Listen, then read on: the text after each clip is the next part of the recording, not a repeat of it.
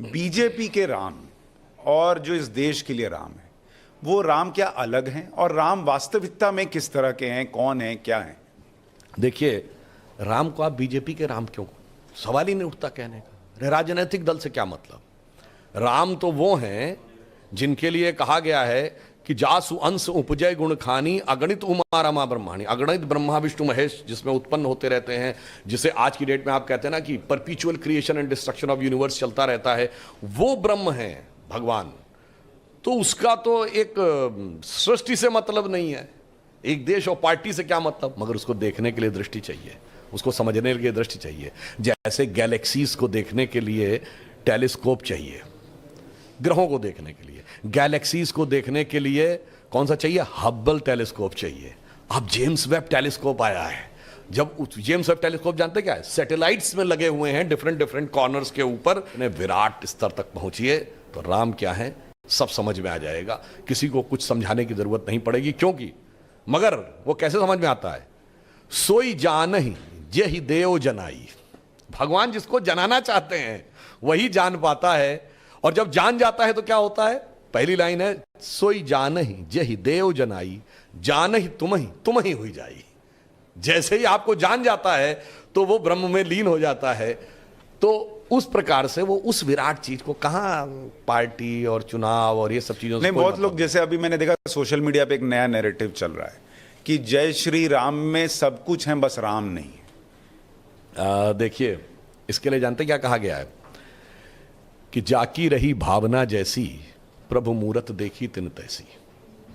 जिसके मन में ही राम नहीं है उसको सामने राम क्या दिखेंगे? मैंने क्या कहा? हरि व्यापक सर्वत्र समाना, प्रेम ते प्रकट हुए मैं जाना। अब भाई जब आपके पास प्रेम ही नहीं है तो प्रभु आपको कैसे दिखेंगे? अब इसके लिए मैं एक और भी बात बता दें, संस्कृत का एक श्लोक है, यस्य नास्ति स्वयं प्रज्ञा, जिसके पास अपनी प्रज्ञा ना हो, अपनी बुद्धि खो गई हो, शास्त्रम तस्य करोति किम, कितनी बढ़िया बढ़िया पुस्तकें उसको दिखा दीजिए कुछ नहीं समझ पाएगा।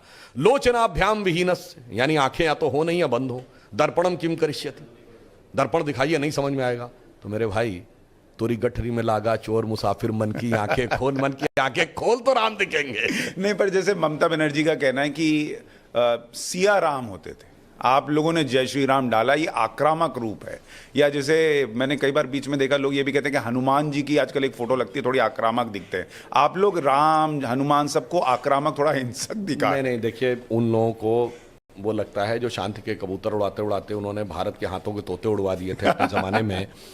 इन लोगों को भगवान राम और हनुमान जी में नहीं, इनको तो संसद भवन के ऊपर लगे शेर भी आक्रामक नजर आ रहे थे।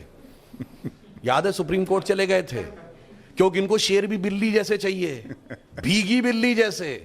जैसा कि 2014 से पहले अटल जी का दौर छोड़ दें तो 67 साल में लगभग 60 साल भारत रहा। भैया, मोहल्ले की लड़ाई से लेके और दुनिया की लड़ाई तक हमेशा कमजोर और छोटा कहता है कि बड़ा और ताकतवर हमें सता रहा है। यहां हम बड़े और ताकतवर हो कहते थे कि बगल वाला मुल्क कमजोर है, छोटा है और हमें सता रहा है। तो इनको वैसे वाले शेर चाहिए थे। परंतु अगर उनको लगता भी है तो मैं कहना चाहता हूं, बहुत दिन हम लोग सुन लिए ठुमुक चलत रामचंद्र बाजत पैजनिया, सुंदर मधुर स्वरूप है बाल भगवान का। तो अब जरूरत पड़ने पे तो वो भी रूप दिखना चाहिए कि धमक चलत रामचंद्र हालत लंकनिया। नहीं, और जो लोग